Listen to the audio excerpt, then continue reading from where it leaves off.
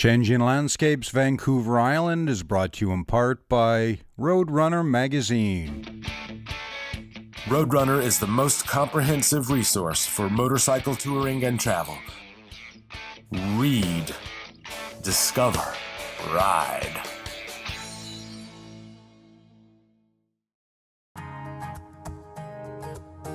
This week on Changing Landscapes, we leave Port Alberni and head over the spine of Vancouver Island to the small coastal town of Ucluelet.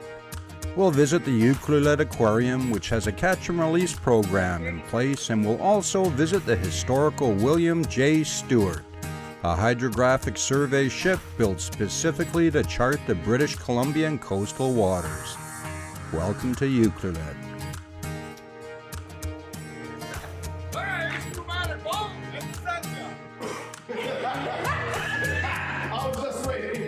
Vancouver Island, British Columbia.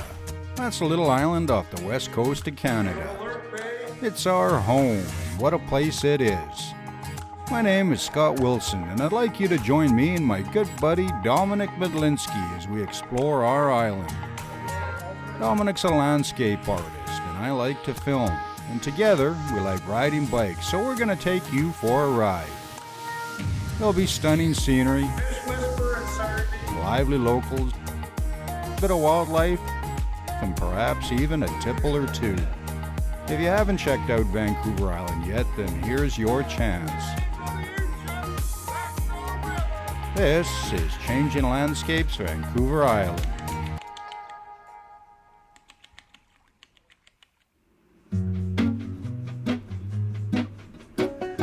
Weather can be a tad unpredictable on the west coast. Only yesterday we were basking in autumn sunshine in Bamfield. But as we sailed back up Barclay Sound to Port Alberni, the skies began to change. Then, sure enough, they turned ugly on the road to Ucluelet.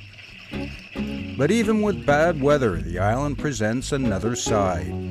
The rough around the edges wilderness side that many come to enjoy. With rivers churning and mist in the trees, one gets a real feel for raw nature. The ride over the top of the island is not to be missed, and once you cross the spine, you drop back down to the Pacific Ocean.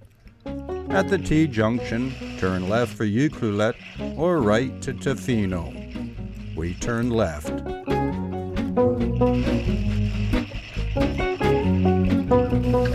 Wild, wet West Coast.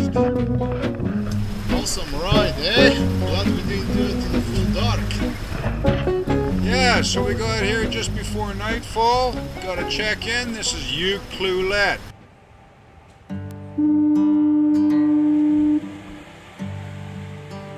The next morning, we made our way down to Amphitrite Point Lighthouse, where Dominic set up to capture another West Coast scene. The sun was visibly absent, but the ocean paid no notice as the foghorn bellowed in the background. There is something mesmerizing about watching the ocean pound away at the coast. Oh, I chose this spot because of the dramatic aspects of the West Coast. We have the crashing waves, big rocks, and overlapping contours. It's beautiful on the west coast when you have a little bit of fog, because what we have happening over there is aerial perspective. Each mass, each form becomes lighter and lighter as it fades away towards the horizon. So we have achieved beautiful silhouettes and contours, and that's what I'm after in this painting.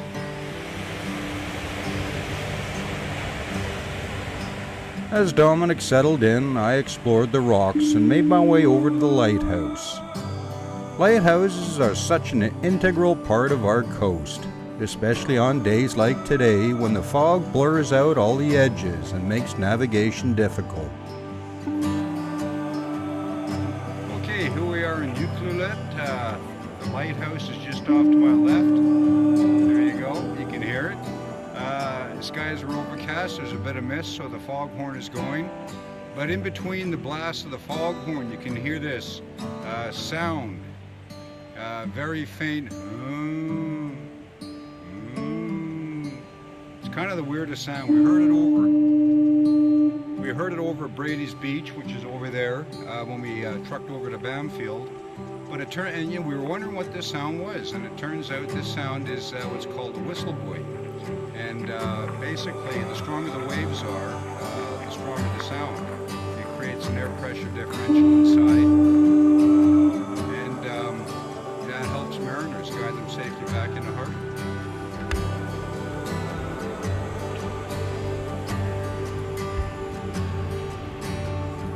With my little exploration complete, I made my way back over to Dominic, where he was wrapping up another painting.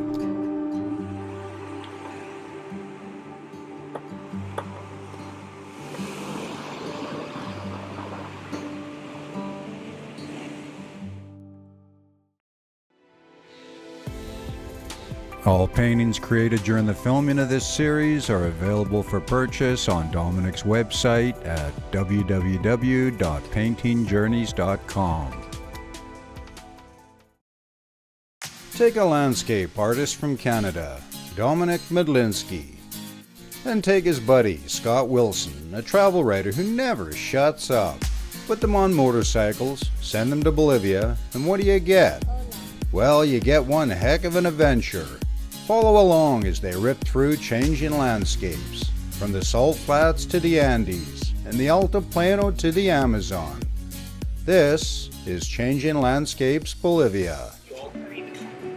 So Dominic's trying to justify 3 cinnamon buns. That's not all for breakfast. Eating habits die hard. I wonder what Mariko would say. After breakfast, we had a little wander around the town, and there was no mistaking Ucluelet for anything other than a coastal town. I mean, where else would you find a boat in someone's front yard? But then it was back down to the water for our first excursion of the day. Hello, here's the Nomadic Bull, live from Ucluelet, west coast of Vancouver Island, and I'm here today with Carly Janison. Janison? Yeah. Janison. Right. Okay, and you're one of the employees at the aquarium. Yeah. This beautiful building behind us. Yeah, I am. Yeah, this building first opened up in June of 2012, but the society's actually been around since 2004. So we used to actually have a smaller building out front here, but this building, just opened up a few years back.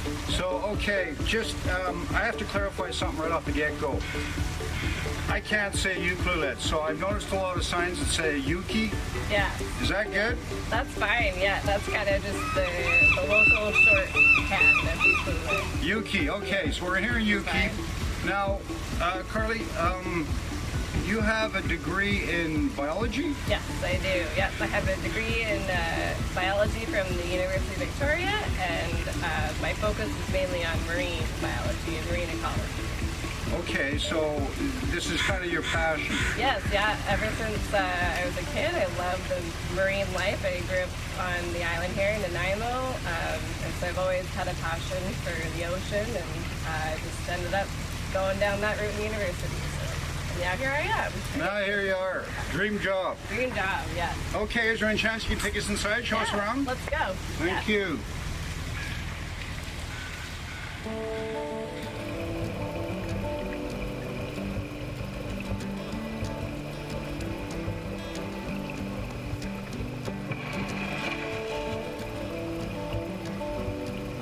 So here we are with Emily, and I want to film the fish underwater with the GoPro. So what do we need to do first? You just want to make sure that you're going to be nice and safe and not harming the animals in any way. So we want to make sure that we wash our hands first and anything we're putting in the water. So if you just give your camera and the bowl there a nice little rinse with fresh water, and you'll be sure not to be getting any contaminants in the fish. By the way, I was just bathing in oil for the last 3 hours, but I washed my hands very good already, so my hands are good. If you explore around the ocean's edge, or its surface for that matter, sooner or later you're bound to see something that draws your eye. A movement, a flash of color, a ripple, something that signifies the ocean is alive and full of life. Sometimes it's obvious, other times not so. Getting out on the big water can be difficult if you don't have a boat, but tidal pools can be a great place to embark on your own adventure.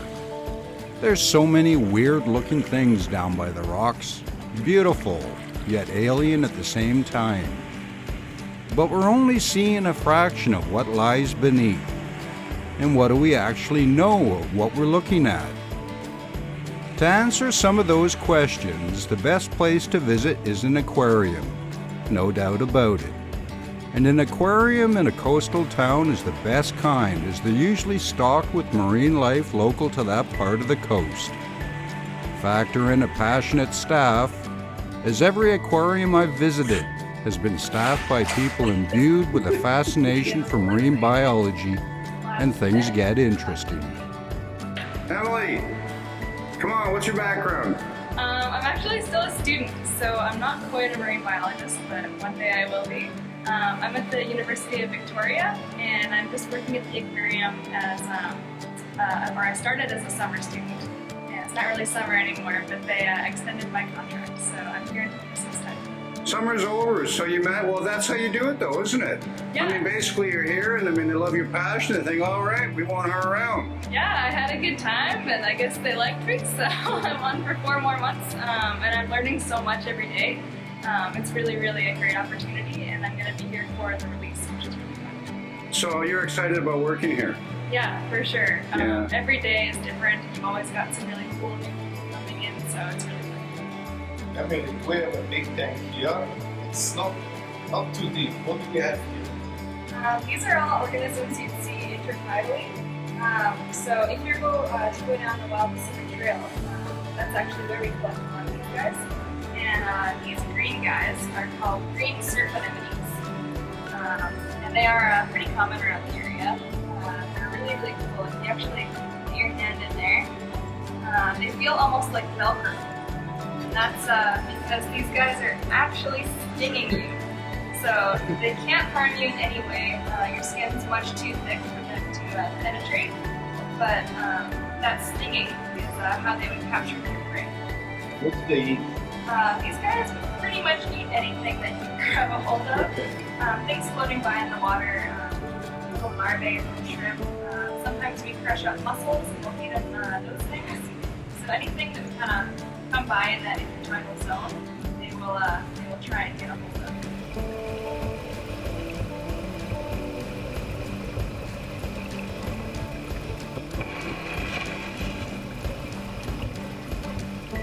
What is that little guy moving there in the center?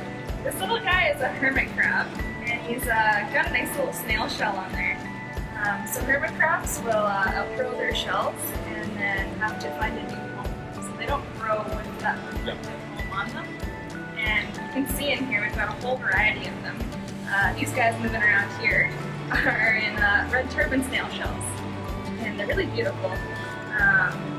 The red turban snails are covered in a pink coralline algae as well. It's kind of encrusted on the back. And over here we have some big leather stars, or garlic stars they're called. They're called garlic stars because if you grab them, you give them a little sniff, they smell like garlic a little bit. They're kind of like a scratch and sniff sticker. Scratch and sniff. And they do that to protect themselves. So lots of animals in the ocean detect their environment by smelling chemicals in the water. So if they smell something kind of funny, they probably won't eat it. So what is that opening here? I see light orange. These are called madreporites, and what they do is they release gametes. So there's male and female sea stars, and they'll release their eggs and or sperm out of the holes there. And then So the sea otters, that's the sea otter's staple. They'll dive down, they'll bring one up, and they'll lay on their back with it on their chest, and they've got their favorite little rock. They tuck it into their armpit. Oh, yeah. They use it as a tool to break it open. So that's one of the very few animals that use actually a tool. Yeah. okay. We were up in Cole Harbour. Dominic was doing a landscape painting down on the beach, sea otter cave bite, was on his back, and bang, bang, bang. So that's what he's doing. He's bashing it open with a rock. Yeah. That's amazing. Okay, Carly, Emily, so we're about to feed the octopus? Yeah. This is our giant Pacific octopus right here. Okay, and this is a Pacific octopus. Yeah. She's with a young one, so they live to about 3 to 5 years old. She's probably about a year old, so she's still pretty small, maybe about 30 pounds. 30 pounds, and are these not one of the largest octopus in the world? Yeah, they are the largest octopus in the world. The biggest size ever recorded was about 600 pounds, but they don't... 600 pounds. Yeah. Wow. They don't normally get to that size. They usually get to about 150 to 200 pounds when they're full grown. So, okay, 200 pounds, so from the tip of the head to the end of the tentacle, how long would that be, kind of ballpark? About 20 feet. 20 feet. Yeah, the largest was 30, which is kind of uncharacteristic. 30 feet. So if I was a diver down there swimming through a kelp forest and I came That's a real sea monster. Yeah, I would not like that. I would not like that. Okay, so, and what are you going to feed? Oh, sorry, first off, what's her name? Her name is Sassy Sally. Sally? Yeah. Sassy Sally. Sassy Sally, I love it. Okay. Yeah. And we're going to feed her a red rock crab today.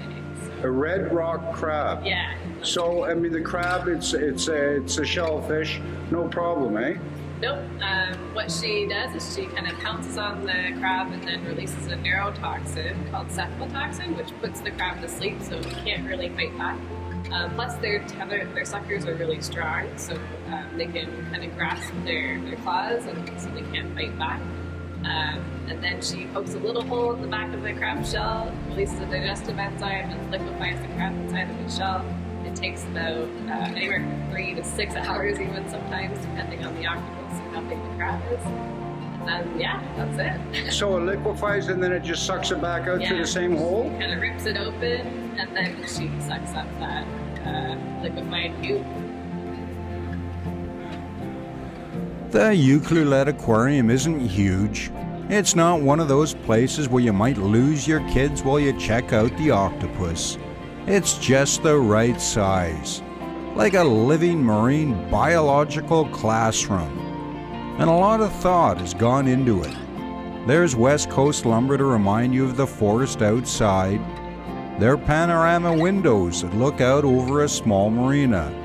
There are numerous touch tanks for the kids to get their giggle on. And in case you weren't sure what the building was from the outside, they shaped it like a fish to give you a clue. In short, they've made it fun without losing focus of the marine environment the other side of the windows. To emphasize that commitment, the aquarium is one of the first catch and release aquariums on the West Coast. Catch and release is a whole new mindset of play. Why submit marine life to a lifetime of captivity? Where's the purpose in that?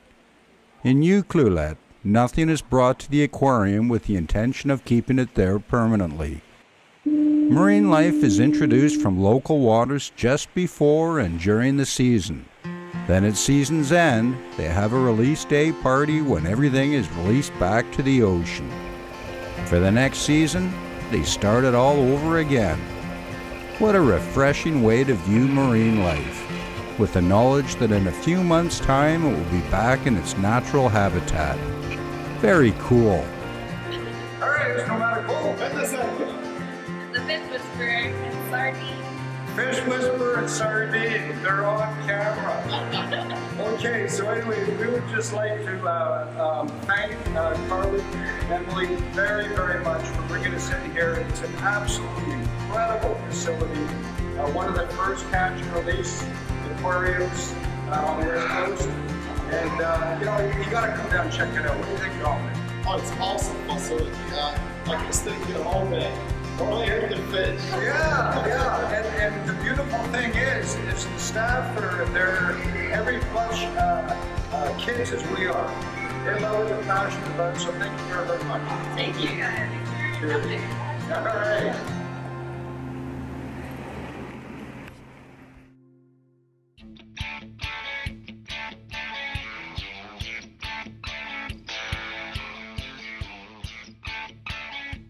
Expertly planned tours complete with maps, GPS files, and area information. Roadrunner is the most comprehensive resource for motorcycle touring and travel. Read, discover, ride.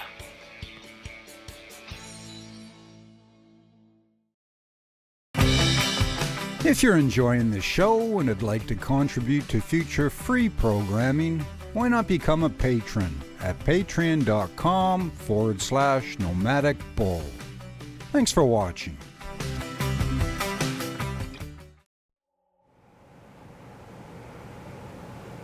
Our next stop was a very interesting one. We'd seen lots of coastline and rugged ocean over the past month, many beautiful backdrops that could lull the unwary into treacherous circumstance. As beautiful as the ocean is, she can also be very dangerous. Hence the whistle buoys and lighthouses to aid mariners away from hazards. But they only warn of specific geographic hazards. What about the rest of the coast? What about the reefs, the shoals, the numerous near-identical inlets? How are mariners supposed to navigate these waters safely? Well, that's where hydrographic survey ships come into their own. The MV William J. Stewart is one such ship, which is now moored in Ucluelet. As it was part of the resort we were staying at, the Canadian Princess Fishing Lodge, we were able to get a look inside. The Canadian Princess, as she is known today, was bought by the Oak Bay Marine Group in 1979 and towed to Ucluelet, where she became a floating fishing lodge. She has a remarkable history and was named after William J. Stewart, Canada's first hydrographic surveyor. She was built in Collingwood, Ontario in 1932, and when completed, steamed down the east coast, passed through the Panama Canal, and up to Victoria, where she was based. She operated out of there for 43 years, from mid-April to mid-October each year as she charted the waters of British Columbia. And this was original to the ship? Pretty much, yeah.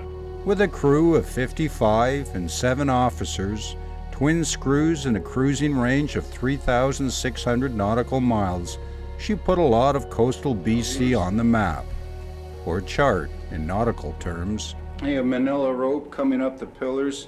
Oh, gorgeous. It's always cool tripping around old historical vessels as they give you an idea of life back in the day. Narrow hallways, shared heads, and engines 1 story high. You see that, Dominic, on both sides? So they haven't stripped anything away. Those pistons were going up and down. Yeah, you see that in the old movies. All the guys just standing in front, adding oil on those top of those things. She had some stories, no doubt. She even served during the Second World War and ran aground on the famous Ripple Rock off of Campbell River. Glasgow! Scottstown! This is a changing landscape. Zen guy calling for the Mr. Bull. Mr. Bull, right there, changing landscape.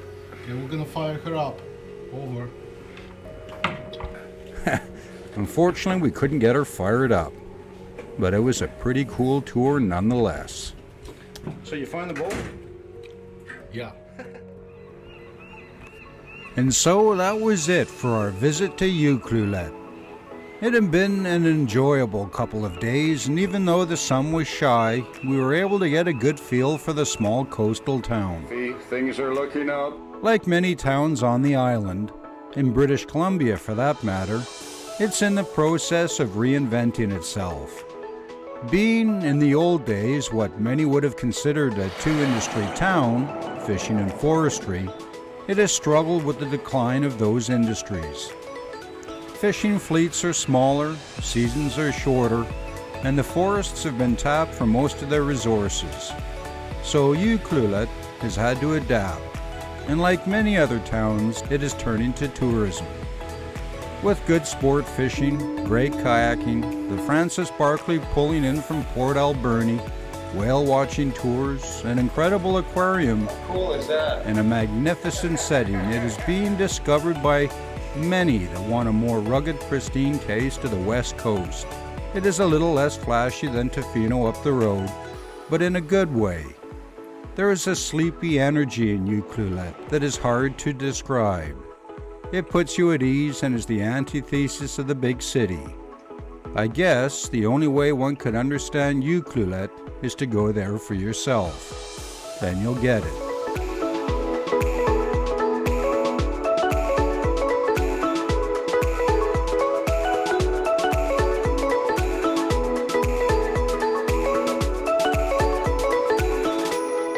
Her name is Sassy Sally. Sally? Yeah, Sassy Sally. Sassy Sally, I love it. Okay. All right, it's Nomadic Bull. The Fish Whisperer and Sardine. Fish Whisperer and Sardine, they're on camera. What?